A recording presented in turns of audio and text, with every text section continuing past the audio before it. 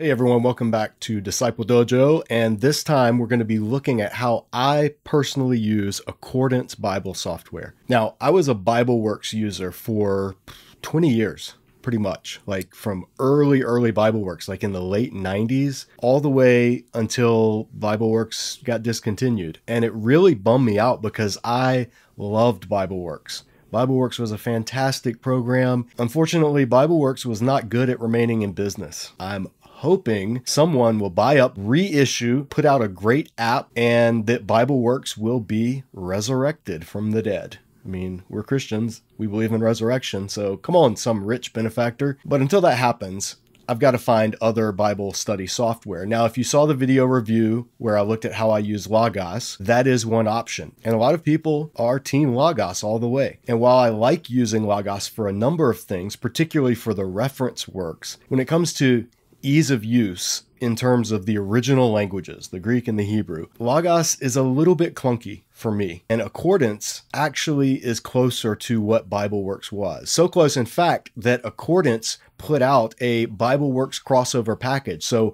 all of us who were holdouts from BibleWorks, when Accordance saw that they were going out of business, they wanted to get BibleWorks users. So they made a number of tweaks to Accordance to make it in many ways more like BibleWorks. And they offered discount packages for people who had large BibleWorks libraries. They could migrate over to Accordance and basically get similar package deals on the resources. So that's what I did. Because of how much here at Disciple Dojo I use biblical study software, it was worth investing in Accordance. Now, Accordance is not free. Accordance is not cheap, but Accordance is very good. And I want to show you a little bit in this video how I use Accordance, and I'll show you a little bit of their app so you can decide if it's something that you think is worth investing in. Before we jump into it, if you haven't already, please like, please subscribe. And if you find this video helpful, share it with other Bible nerds out there, as well as the other Disciple Dojo videos. Help us grow this channel by getting the word out. Okay, let's get on with it.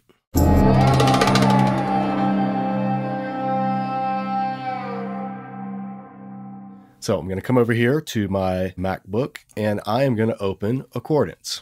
So I have version 13 installed. Now, when you open it, it opens to this workspace. And this is a basic workspace. You have your Bible over here, and then you've got your resources for whatever passage you're looking at over here. And as you scroll, these resources on the right will change because it'll put resources up that deal with whatever passage is at the top of the screen on this side.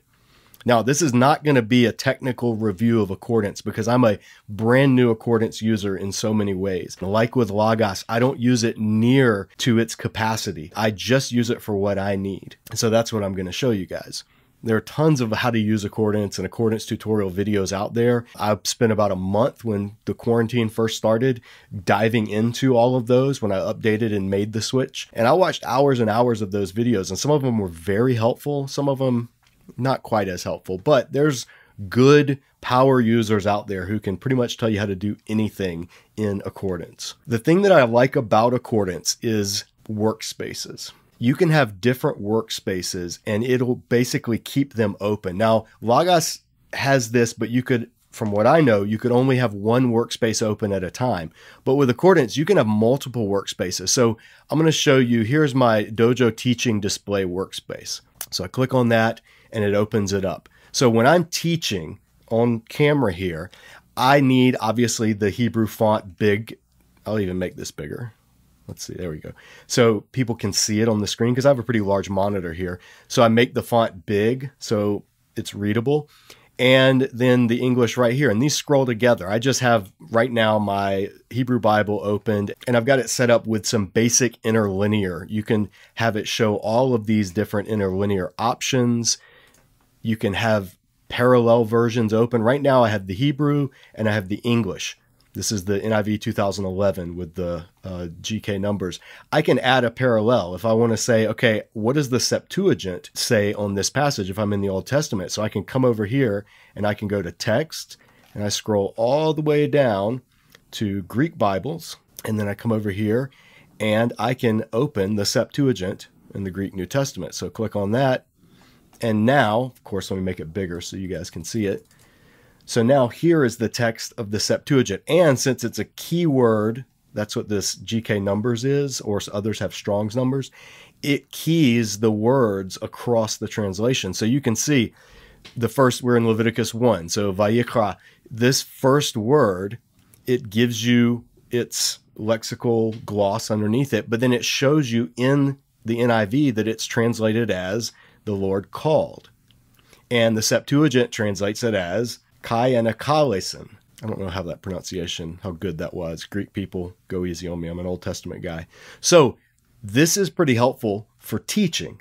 And that's one of the ways I use this. If you are a teacher, if you are a professor, especially in the age of Zoom, when you can screen share, or even if you're in a classroom, or if you're in a pulpit and you want to show this on the overhead, having the ability to make your screens big, and you can customize it how you want. If you want the English to be front and center, this is the NIV, but these are all of the Bible translations that I have available in the package that I bought. Now, it's not cheap. You do have to buy resources, and Accordance does bundle them together in different formats, so you can look on their website and see what you would need.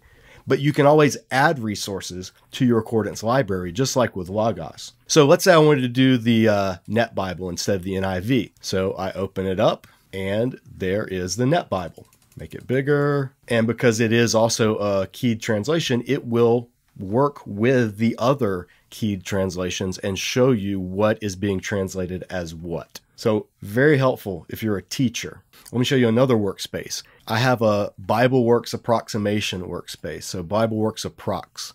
When I open this one up now, and I can't make everything bigger because I need all the space on my screen. So just bear with me when I'm telling you what these boxes are. But now on the left-hand side, this is my library. So these are all of the resources, and they're grouped. These are Hebrew lexicons, books on biblical studies, commentaries. So you have all your resources. I'll close them out so you can see the different categories. But these are all grouped together. Dictionaries, Greek lexicons, Hebrew lexicons, visual aids. Accordance does have a lot of visual references, like, for instance, the Leningrad Codex. You can open this, and here are the actual pages from the Leningrad Codex. So you could really zoom in tight if you wanted to look at a particular textual variant. And you could say, is that a Resh or a Dalet? You can go hardcore with your biblical text critical nerdery. So these are all of the different resource categories over here. And if you have an expensive library, in other words, if you've bought a lot of resources, then these are going to be a lot fuller than if you only have a few basic resources. But I'm going to close the library out for a second to have a little bit more screen room. So this is my BibleWorks approximation. The reason is because I have basically my browsing text right here. And again, I apologize for my clicky mouse wheel. I need to get a new one, but I just haven't found a good quiet one yet. So here's the text. And because most people use the NIV in churches, that's typically what I start with. I look at, okay, this is the Bible most of my audience is going to be reading from. Let me start there and look at a passage in its context in the NIV. So here it is. And again, this is a keyword version. So when I highlight, I can click on these words, and if I wanted to see what was underneath them in Greek or Hebrew, I could do that. Now, this is kind of like the command line in BibleWorks. It's not exactly right. If you're a BibleWorks user, this is going to take a little bit of getting used to, and it's a little clunkier than BibleWorks, but it does, for the most part, what BibleWorks would do. Now, I'll come back to this box right here in just a second. Next to it, in this middle column, this is the text browser. This is a feature they added specifically for BibleWorks users. One of the things about BibleWorks was you could see a number of different texts, the same verse, the same section, right alongside each other. It was very helpful. Well, Accordance added this, which is basically the same thing. So this is the Biblica Hebraica. Underneath that, I have the Septuagint. Underneath that, I have the NETS, the New English Translation of the Septuagint. Under that, I have the King James, and then the New King James, and then the American Standard, then the New American Standard, then the New American Standard 95, the Revised Standard, the New Revised Standard, the ESV, the Christian Standard. I've tried to get the HCSB, and there's a way that you could get it if you owned a previous version, but one of the things that the publishers of the CSB did when they released the CSB was they stopped making the HCSB, which is a really poor decision on their part. I wish they would have kept the HCSB out there because they are slightly different translations, and it's helpful to be able to compare the two. I had them both in BibleWorks. It's kind of annoying that Accordance doesn't include it, but I guess for licensing reasons and stuff that's way above my pay grade, they couldn't. So what can you do? Then I also have the NIV 1984 and then the NIV 2011. Now, this is really helpful because a lot of times when you're comparing translations, there will be things that change even within the same translation, depending on what update it is. The original ESV and the ESV that's published now are not the same. The original NIV and the NIV 2011 are not the same. So there are updates that different translations make, and having them all right beside each other lets you compare them, and you can catch things whenever they do happen that are sometimes kind of interesting. Maybe we'll do a video on that sometime. If you want to know more about that and the different translations, one of the channels here on YouTube I recommend, I found it last year during the quarantine, is Mark Ward's channel. Go check Mark out. I'll put a link in the description below, but he does super deep dives on English Bible translations and the differences between them.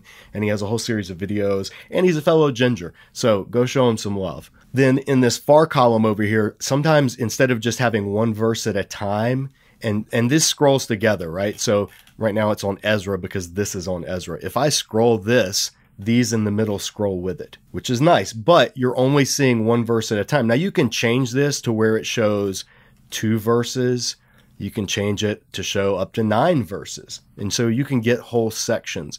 But for me, what's easier is keeping all these on the screen so I can see them at a glance, and then using this window over here that I've set up to see the passages in context in both languages. Right now I have it set up with the New Revised Standard because that's pretty much the most popular scholarly English translation. So I have the NRSV here, and then I have the Hebrew right beside it. If I wanted to change it, I could have the NRSV and the Common English Bible. So now I can compare how the Common English Bible, which is kind of like an NLT to the NIV, is what the Common English Bible, CEB, is to the NRSV. It's like a more paraphrased version, but it's done by mostly mainline scholars rather than conservative or evangelical scholars. And so I can compare those two here. If I wanted to switch it out and compare the King James and the NRSV, I can do that. So this is just kind of a parallel window where I can look at the passage in context. This middle is where I can see how all of the different translations and the original languages rendered a specific passage. And then this window obviously is keyed to this section. If I wanted, I could link this window with this window. So I could tie different tabs together. And if you tie tabs together, when you scroll in one, any of the tabs that are linked or tied to it all scroll together. It's like linking in Logos. Now I mentioned this window here at the bottom, and this is the, I'm going to make this a little bit bigger so you can see, this is the resource window. This is kind of like in BibleWorks, how it had at the bottom of the screen your whatever lexicon you pulled up, and as you hovered here, it would show it up instantly here. Accordance doesn't quite do that. You have this thing called Instant Details, where if I click on this, it'll open up this bottom window down here. And now if I scroll through anything on the page, this window will pop up with instant details. Like if it's a Hebrew word, which is what this is right now, it'll parse it. And so you can see down there, this is the word sham. It's a particle, an adverb, and it means there. So this is for very fast. And it also keys to Greek as well. So I hover over this Greek word, and there it is right there. And it gives you whatever information you want to make available in that instant tab. That's the closest thing to how BibleWorks resource menu used to change depending on where you hovered the mouse in your translation that I've found in Accordance. And you can toggle it on and off. I'm going to turn it off for a second. These resources these are my lexicons. You know, when you're studying an original language, you need to know what texts say. So if I triple click on a word, then it opens it up down here in my lexicon. And this is the Hallett lexicon, Hebrew Aramaic lexicon. So I have this in Logos as well, but I needed it in the same program so that it would work with Accordance. And it goes right to whatever word, that's why it's in red, whatever word you triple clicked on, there it is. You can also look it up in Brown Driver Briggs abridged lexicon, which I have. Now, this is one thing that annoys me about Accordance. I'm sure there's a way to fix it. I just haven't figured it out, or at least when I do, it doesn't save it. These windows, you can make them different displays. And right now it's got this white background. So I want to actually change the background to black, and I'll have to change the font to gray. And then I want to make, because it's Disciple Dojo, one of our colors is green, I'm going to make it green highlighting instead of red. And it shows you down here what it's doing. So if I use this as default, then it should apply this every time I open up BDB as a resource. Problem is, I'll go ahead and save it. I've done this before, and when I close and reopen Accordance, it goes back to the old settings. It's annoying. I don't know if I'm doing something wrong or if it's a bug with Accordance, but whatever. So I fixed it, and now here is the BDB lexicon. Same thing with the LEH. This is annoying, so let me change the color, customize theme. This is like the millionth time I've had to do this. So I'm obviously doing something wrong, or there's a bug that needs to be patched. Anyway, all right, that's much better, at least bright-wise in my eyes here. So this is how I have it set up if I want to approximate BibleWorks. Whatever, if I'm studying a passage, let's say I'm studying John 3:16. Here's John 3:16. Here is all of the different translations. Now, some are in red because these translations are saying that this is red letter. There's a debate whether it is red letter or not, whether Jesus was actually saying it or whoever wrote the Gospel of John, the beloved disciple, was interjecting their thoughts. So translations don't always have the red letters the same. And that's an example of helpful information you can see at a glance here just by having different translations open. But if I'm studying John 3:16, here's John 3:16. Here, I'll make it bigger so you can see. So here's my passage. Here are all the different ways translators have handled it. And then if I want to go back into, and it's New Testament, so there is no Hebrew, so that disappears. But here is in the Greek New Testament, the Nestle Allen 28th edition. So I can look at the different words. I can say, pistion. What exactly is this? So I'll turn on instant details, pop it up right there at the bottom, and it'll parse it quickly for me. It'll tell me the basic morphological features of the word. And then if I click 3 times on it, I can open up BDAG and do a more in-depth word study. And that's what I do. When I'm studying different passages, this is the setup I'll use to start digging around, to start scratching around and see what I can find and what may be of interest. I'll show you one more workspace. If you saw our video on the Rapture here at Disciple Dojo, we have a Superhero Seminary episode where Professor Goku explains the Rapture. You can see that if you click on the video link at the top of your screen. And we also have one where I went more into detail about it and what was going on in the famous 1 Thessalonians 4 passage. So here is the workspace, and that's what I do when I'm researching a passage or a topic. I create a new workspace, and I put the resources I want where I want them on my screen, and then it will always save. So anytime I come back to that study, I don't have to find my way back to different resources. It's all right here. So for this study, I had the NIV, and I wanted to compare it with the Greek New Testament. So these are scrolled right here together, and this is the passage, the Rapture passage. I had my instant details up at the bottom so I could skim through and see words just kind of on the fly. And then in this window, I had another tab, and this was the passages from Josephus, where he used the words that are found in the Rapture passage and the English translation. So I have Josephus, I could go right to that and see how Josephus used these certain words like harpazo or apanteson, and then I could go back and forth between that and the biblical text.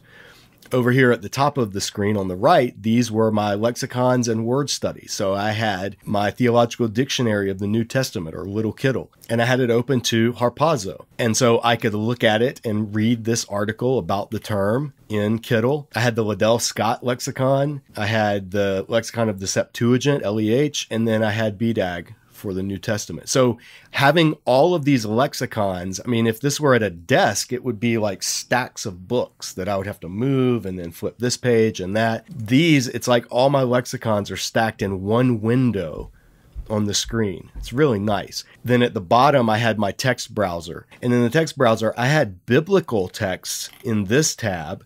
And then I opened a new tab, and in that one I had the Apostolic Fathers because I wanted to see how early Christian writers used the words as well. So these are the Apostolic Fathers in Greek and in English. So this, what's on the screen right now, would be the equivalent of like piles of books cluttering up my desk and me flipping back and forth, not to mention being able to just cut and paste. I mean, I can highlight a definition, grab it, and literally drag it into a PowerPoint presentation or drag it into a word processing document. So that to me is the benefit of biblical software, being able to do stuff that you just would not be able to do. Now, don't get me wrong. I mean, if you can see behind me, I'm all about printed books. And this whole wall of Disciple Dojo that you can't see is literally a wall full of commentaries. But having access in digital format to resources is incredibly beneficial, especially if you do any teaching or any writing where you have to cut and paste or present or collect or collate stuff together. It makes things so much easier when you have it digitally. There's other stuff with Accordance. I mean, there's like Atlas stuff, there's original language, you can do syntactical searches, and there's so much stuff that I just haven't even gotten into. I mean, in-depth timelines that you can create or edit. You can run a slideshow. There's even for teachers the ability to use Accordance as a whiteboard. So if I click on highlight, you can do your regular highlighter, which you can just highlight text. But if you click on pen, whiteboard drawing, let me make a nice bright color yellow. I'll move this up here. I'll set the width, make it wide. Now I can actually highlight on my screen while I'm teaching. So in the age of Zoom, screen sharing, or even in classrooms that are equipped electronically, teachers can make good use of Accordance in this way. Then if you want to clear it, just click clear and it's gone. You can turn it off and on. Whiteboard off, whiteboard on. I'm going to circle stuff in different. I want to show this on this window with green, and then I may come with blue and show this. It's literally, you're just drawing on the screen, and then when you're done, just clear it. There's also an eraser if you don't want to clear the whole thing. So that's a great feature. I haven't used it a lot yet, but if I were in a classroom setting and did have my computer there with me teaching, I would definitely make use of that. You could create whole passages of scripture where you're going to walk through. Let's say you're doing a small group Bible study and you're in a church that has a large screen that you can use. Hook this up, pull up the passage you're all reading together, show whatever you want to show from the different translations or even from sections of commentaries. One more thing that I really like about Accordance is the amount of resources available and how often they're on sale. I get emails regularly that talk about different sales going on, and I've been able to build a pretty large commentary library for way less money than it would cost me to buy them in print. Like hundreds of dollars less. Last week, I think I got the entire NIGTC commentary series for, it was like $150 or $200. Now, NIGTC are thick. I mean, this is Revelation and Hebrews. This is a heavy, thick, and expensive commentary series. I mean, I think I paid $75 for Beale's Revelation commentary, and that was back in 2003. Whereas just last week, I was able to get the New International Greek Testament Commentary, all 13 volumes, for like $200. So there are crazy sales that Accordance does. And if you want to build a library of commentaries, this is a good way to do it. Unless you are just stubborn and committed to paper, you can save a lot of money getting digital commentaries and a lot of shelf space as well. Now, you can pretty much customize almost everything about Accordance, and that's here in the preferences menu. You just go to settings, and you could spend literally hours customizing and tweaking and getting everything set just like you like it, making each window a different color, or you could have your Greek resources on a papyrus background and your Hebrew resources on a vellum background and your English resources on white or black. I mean, you can go nuts with that kind of stuff. But the way I have it set up is primarily for use right here while I'm teaching on camera, so I don't have a giant white glare coming off the screen onto my face. Now, like we did with Logos, let's take a look at the Accordance app. I'm going to show it on iPad. It's very similar on Android as well. I have it for both, and that's something that's nice about Accordance is if you buy Accordance, you have all of your library available across all of your platforms. iPhone, iPad, Android, PC, Mac, whatever. I think you can have up to 5, and then you might have to buy another license or something. I'm not exactly sure. Check the website for that. But I have it on my iPad, and so that's what I'm going to show you real quick. Now, when you open Accordance on your iPad, it'll pop up into whatever resource you have open. Here I have the NIV, and on the right-hand side, I have the Hebrew. This is for just quick, 2 resources at a time. Now, the app is not as in-depth as the Logos app, at least what I've found.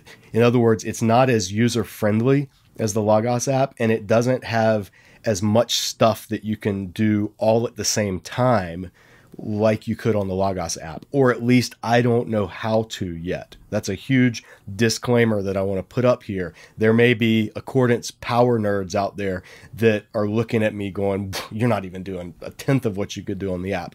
You're probably right, and I admit that. So this, again, I'm showing you how I use it and what I like about it. Down here at the bottom is kind of your main option. When you click on it, this is your library, and things are broken up into text, tools, and then you have daily reading, and then you can specify my tools, and you can also have your notes that you've kept. Now, this syncs between all of your devices, so whatever notes you've written on your laptop, they will pop up here, or whatever notes you take on here, they'll pop up there. You have everything wherever you are if you have the app. Texts are typically the biblical text. So these are all of the Bible translations that I can open up. And then down at the bottom, I also have Hebrew Bibles, Greek Bibles, and different other translations, global Bibles, like other languages. And then ancient works. So like in the ancient works, I have Apostolic Fathers, Ben Sira, Josephus, Philo. You can open up any of these depending on what you have, what you've bought. There's some pseudepigraphical works, the Gospel of Thomas, the English pseudepigrapha. So if I were studying a New Testament passage, I could choose, okay, which Greek New Testament do I want to use? Because there are multiple Greek New Testaments. Or which versions of the Septuagint? Because there are multiple Septuagint versions. So I would just grab the NA28, because that's the one I'm most familiar with, the Nestle Allen. And there is my Greek New Testament. Now, again, I have these interlinear options set up. You can change these in this menu up here. You can turn interlinear on or off. You can make it so that it turns the page when you scroll, or so that it auto scrolls. I like auto scroll better than page turning. You can also change the background color. I have it in black. It's easier on my eyes, but you could do newsprint. Ooh, don't like that.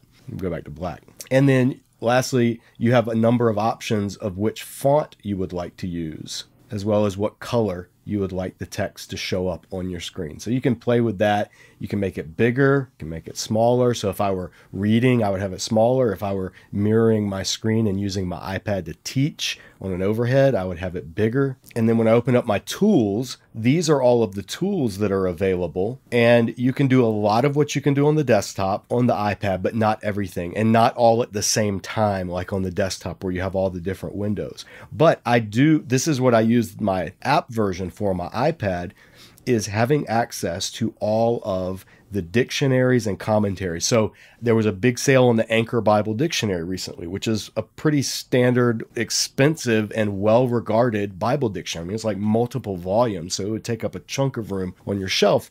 Well, I was able to get it. I think they had it on sale for like, I don't know, maybe like $150 or $199. I mean, something that it's not cheap in the sense of like a candy bar, but for a biblical library resource, it was incredibly cheap. And so I was able to pick it up. And so now wherever I go, I have access to the Anchor Bible Dictionary. And I was doing some research on Baal. And so I found the entry on Baal, and all of my research is right here. And then having access to my commentaries, that is the other thing that I use for. For instance, the New American Commentary is a great commentary series done mostly by Baptists and some professors of mine back in seminary. Well, it's 42 volumes, and they're big volumes, but here I have them all on the app. So whichever book of the Bible I want to scroll to, I just go here. Here are the volumes. Pick whichever one I'm going to study. Say I'm studying Daniel. Open up Daniel. Go to whichever part of the commentary. I'll go to the introduction, and let's go to where it talks about authorship and date, because that is controversial. Look at the different views, and then right there. Again, you can make this bigger. I want to not strain my eyes while I'm reading. And there's other display settings I could do as well. What color do you want the hyperlinks? How do you want the lines spaced out, or do you want them close together? What size do you want the font? I mean, you just You get it to exactly how you like it. And then now I always have this commentary on Daniel right here in front of me.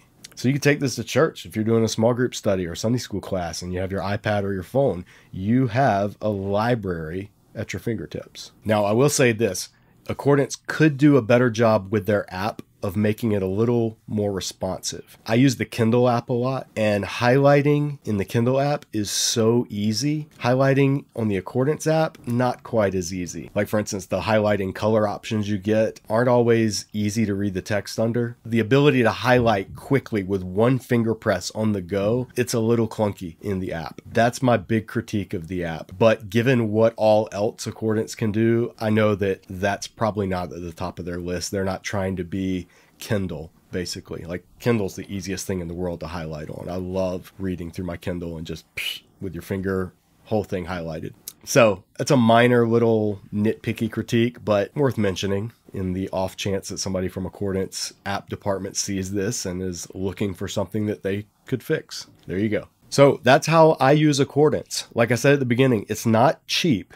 It's not like eSword or something you can just download for free, but you're also getting the top level of scholarship at your fingertips if you are a biblical scholar or a pastor or a teacher. Accordance is a tool that the top biblical scholars have used for decades, and it's also easy enough that just interested lay people could use it. So take a look at their website, see if any of that interests you. If you were a BibleWorks user and BibleWorks has gone out of business and they no longer offer tech support, and your old laptop that you're running your old copy of BibleWorks 10 on is no longer working, or it downloads an update and it messes everything up, for whatever reason, if you need to get away from BibleWorks, then Accordance is what I would recommend going to, because it's the closest to BibleWorks that there is. So I hope you found this helpful. If you have any comments about what features I should be using on Accordance or something I should check out on Accordance,